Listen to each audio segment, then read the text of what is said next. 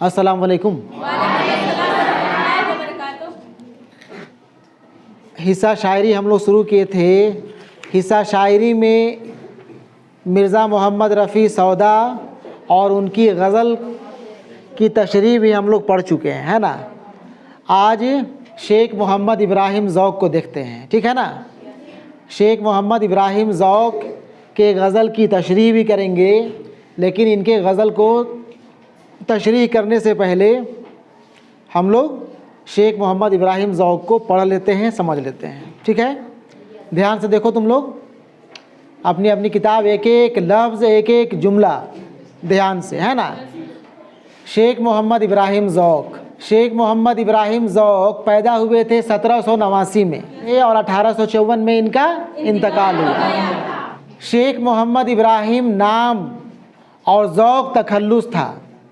तखल्लुस वो नाम जिसको शायर अपनी शायरी में इस्तेमाल करते हैं, वो नाम जिस नाम का इस्तेमाल शायर अपनी शायरी में इस्तेमाल करता है, जिससे वो शायरी की दुनिया में जाने जाते हैं। ज़ौक़ हम लोग अगर कह दें तो हर एक कोई जो भी शेर व शायरी से दिलचस्पी रखता है या जो स्टूडेंट्स होंगे वो समझ जाएंगे कि शेख मोहम्मद इब्राहिम ज़ौक़ की बात हो रही है ना। सवाल पूछता भी है ज़ौक़ का असल नाम क्या था, तो ज़ौक़ का असल नाम वो भी तुम लोगों को जानना चाहिए, है ना। शेख मोहम्मद इब्राहिम नाम ज़ौक़ तखल्लुस था। ज़ौक़ ने इब्तदाई तालीम हाफिज़ ग़ुलाम रसूल से हासिल की। इनके उस्ताद कौन हुए? हाफिज़ ग़ुलाम रसूल। कौन हुए? हाँ। उसी ज़माने में शायरी का शौक़ पैदा हुआ और अपने वक्त के मुस्तनद उस्ताद शाह नसीर के शागिर्दों में शामिल हो गए। रफ्ता रफ्ता मशक़े सुखन और अपनी ज़हानत के बाइस वो बहुत कम उम्री में उस्तादी के मर्तबे को पहुँच गए। बहादुर शाह ज़फ़र की उस्तादी का फ़ख्र भी हासिल हुआ। बहादुर शाह ज़फ़र हिंदुस्तान के आखिरी मुस्लिम बादशाह, आखिरी मुग़ल बादशाह बहादुर शाह ज़फ़र, उनके उस्ताद होने का भी फ़ख्र हासिल हुआ है। शेख मोहम्मद इब्राहिम ज़ौक़ बहादुर शाह ज़फ़र के उस्ताद रह चुके हैं। बात समझे? मुग़ल बादशाह के। बहादुर शाह ज़फ़र भी अपने वक्त के अच्छे शायर थे, शेर व शायरी अच्छे किया करते थे। उनका उस्ताद होने का फ़ख्र शेख मोहम्मद इब्राहिम ज़ौक़ को हासिल हुआ। बहादुर शाह ज़फ़र की उस्तादी का फ़ख्र भी हासिल हुआ और ख़ाक़ानी हिंद और मुल्कुश शोरा के ख़ताबात से सरफराज किए गए। इन्हें ख़ाक़ानी हिंद याद रखोगे, ख़ाक़ानी हिंद और मुल्कुश शोरा यानी कि मुल्क का शोरा, मुल्क का शायर, राष्ट्र कवि कह सकते हो। मुल्कुश शोरा के खिताबात से सरफराज किए गए। बादशाह की सरपरस्ती में ज़ौक़ की ज़िंदगी आराम व आसाइश से बसर हुई।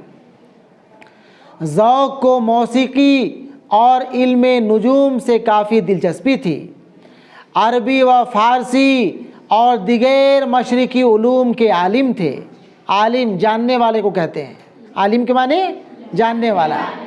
अरबी व फ़ारसी और दिगैर मशरिकी उलूम, दिगैर माने दूसरे, मशरिकी उलूम पूर्वी उलूम से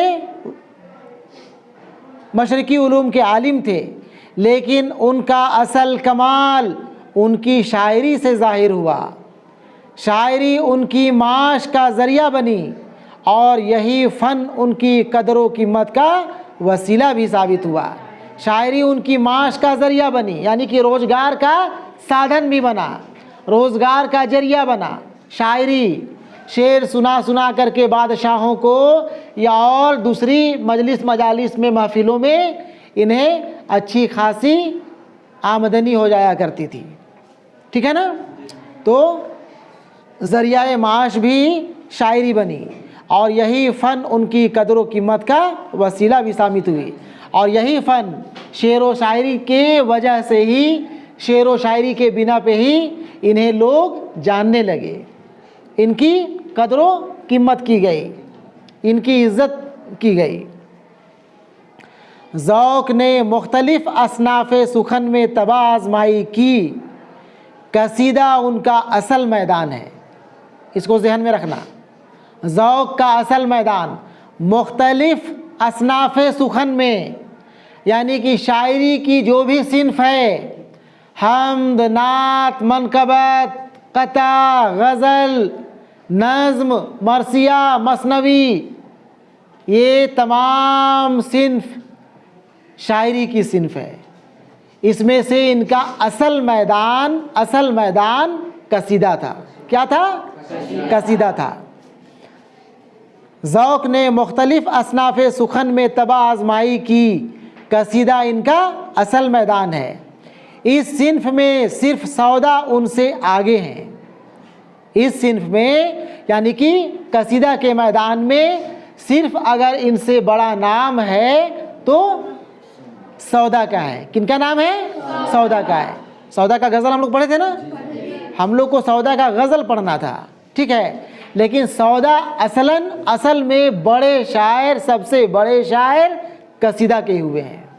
हम लोग के सिलेबस में सौदा का गज़ल पढ़ना है, ज़ौक़ का भी गज़ल पढ़ना है, लेकिन ये सौदा, ज़ौक़, ये दोनों कसीदा के बड़े शायर हुए हैं। ठीक है ना। ज़ौक़ ने मुख्तलिफ़ असनाफ़ सुखन में तबाह आज़माई की, कसीदा उनका असल मैदान है। इस सिन्फ़ में सिर्फ़ सौदा उनसे आगे हैं, यानी कि ज़ौक़ से बड़े शायर सिर्फ़ सौदा हैं।